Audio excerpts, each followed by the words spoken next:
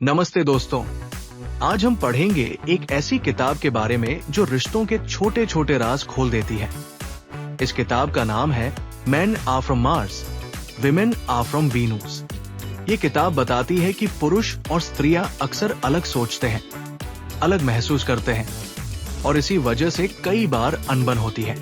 आज की ये ऑडियो समरी बहुत ही आसान, मजेदार और बहुत प्रैक्टिकल होगी। आखिर तक सुनिएगा जरूर। भाग 1, किताब की बुनियादी बातें ये है। मान लो पुरुष और महिलाएं दो अलग ग्रहों से आए हैं। पुरुष मार्स ग्रह से और महिलाएं वीनूस ग्रह से।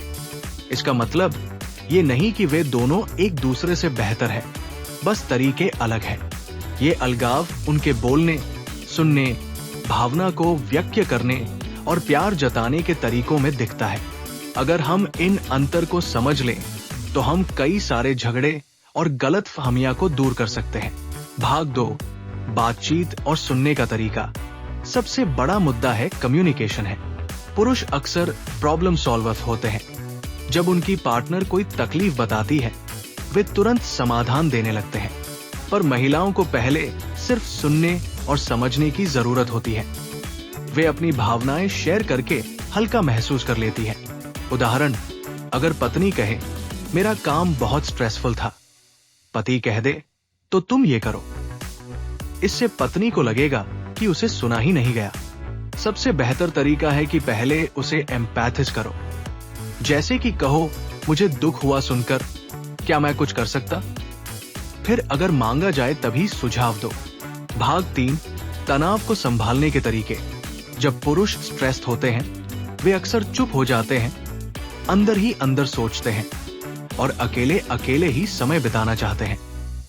किताब इसे केव कहती है, यानी थोड़ी दूरी चाहना। महिलाओं के लिए ये दूरी दर्दनाक लग सकती है। वहीं महिलाएं परेशान होने पर बात करके आराम पाती है, साझा करना चाहती है।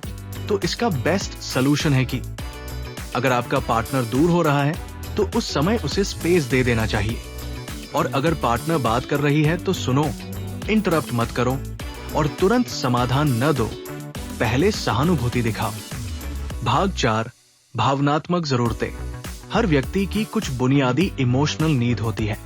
आमतौर पर पुरुषों को चाहिए सम्मान, रिस्पेक्ट, प्रशंसा, अप्रिशिएशन, भरोसा, ट्रस्ट और उनकी जरूरत महसूस होना। महिलाओं को चाहिए समझ, अंडरस्टैंडिंग, देखभाल, केयर, प्रेमपूर्ण बातचीत और सुरक्षित महसूस होना। छोटे छोटे क्रियाकलाप इन जरूरतों को पूरा करते हैं, जैसे साधारण थैंक यू, तुमने अच्छा किया, या गाल पर हल्की छुअन। ये छोटे इशारे रिश्ते को गहरा बनाते हैं। भाग 5, गिव एंड टेक। किताब ये भी बताती है कि रिश्ता एक स्कोर कीपिंग गेम नहीं है, पर फिर भी गिव एंड टेक जरूरी है। इसकी शुरुआत हम एक छोटे अभ्यास से कर सकते हैं। हर दिन 1 मिनट के लिए सोचो, आज मैंने मेरी पार्टनर ने किसके लिए मुझे अप्रिशिएट किया और मैंने क्या दिया।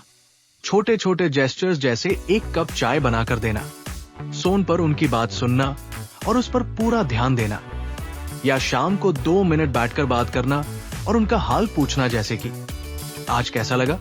ऐसे कार्य आपके रिश्ते को मजबूत बनाते हैं। भाग 6, लड़ाई और बिना ईगो के जुड़ना। किसी भी लड़ाई के बाद सबसे ज्यादा नुकसान उस व्यक्ति का ईगो करता है। किताब में एक व्यवहारिक विधि है, जैसे कि रिपेयर अटेम्प्ट। लड़ाई के बाद पहला कदम यह है कि हम जीतने की कोशिश करने की बजाय हमें कनेक्शन बनाना चाहिए। उदाहरण, झगड़े के बाद पहले ये छोटे छोटे जेस्चर करो, मैसेज, हग, या उसे सिंपल से कहो चलो बात करते हैं। इससे घाव जल्द भरते हैं और बातें आसानी से सुलझती हैं। भाग 7, कुछ तौर तरीके और एक्सरसाइजेस। किताब में कुछ सिंपल एक्सरसाइजेस भी हैं। 1, अप्रिशिएशन लिस्ट। हर रोज एक दूसरी की अच्छी बात बोलो, रोज 1 लाइन। 2, listening exercise. 5 मिनट बिना इंटरप्ट किए सिर्फ सुनिए, फिर समराइज करके बताए कि आपने क्या सुना। 3, स्पेस रूल।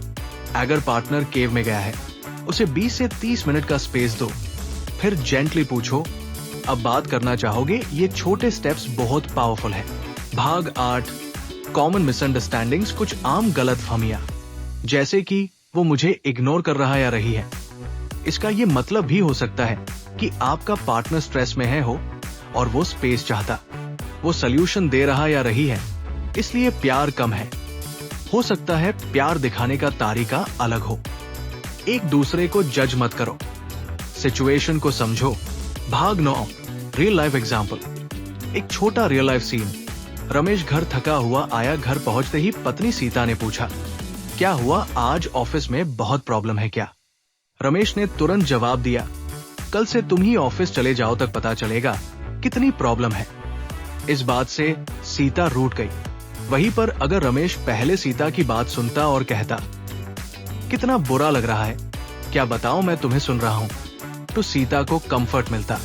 इस सिंपल चेंज से रोज के छोटे फाइट्स कम हो सकते हैं। तो दोस्तों, किताब का मैसेज सिंपल है, हम सब अलग हैं और वो अलग होना गलत बात नहीं, बस समझना जरूरी है।